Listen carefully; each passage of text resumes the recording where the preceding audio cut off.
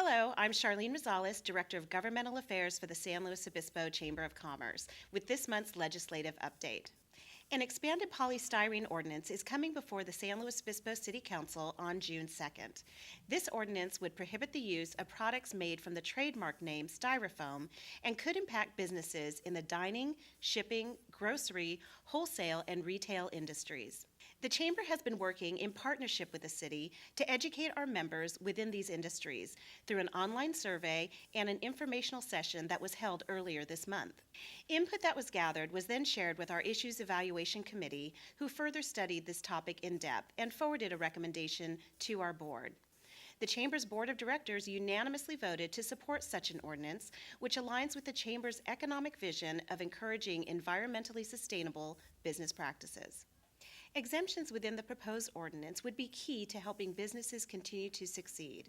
These exemptions include the ability for business owners to file a request for an exemption if the new regulations pose a hardship, if alternative products are unaffordable, or if recyclable options would not meet the needs of their customers. Our Chamber will continue to work to educate members on the specifics of the ordinance and, should the ordinance pass, help them comply in the months to come. This month, the Chamber also continued its study of the proposed rental housing inspection program, which is scheduled to come before the City Council on May 5th. The Chamber continues to feel that the cost of new staff and the feasibility of such a program are unrealistic and would recommend that if a program is adopted, that it focus on property owners in violation of city codes as opposed to all rental property owners. We also feel that the creation of such a program does not adequately address concerns for neighborhood wellness, health, and safety. We would like to see a self-certification process, tenant and property owner rights education, and methods to incentivize and reward those that are in compliance. We will be forwarding additional recommendations to the City in the days to come.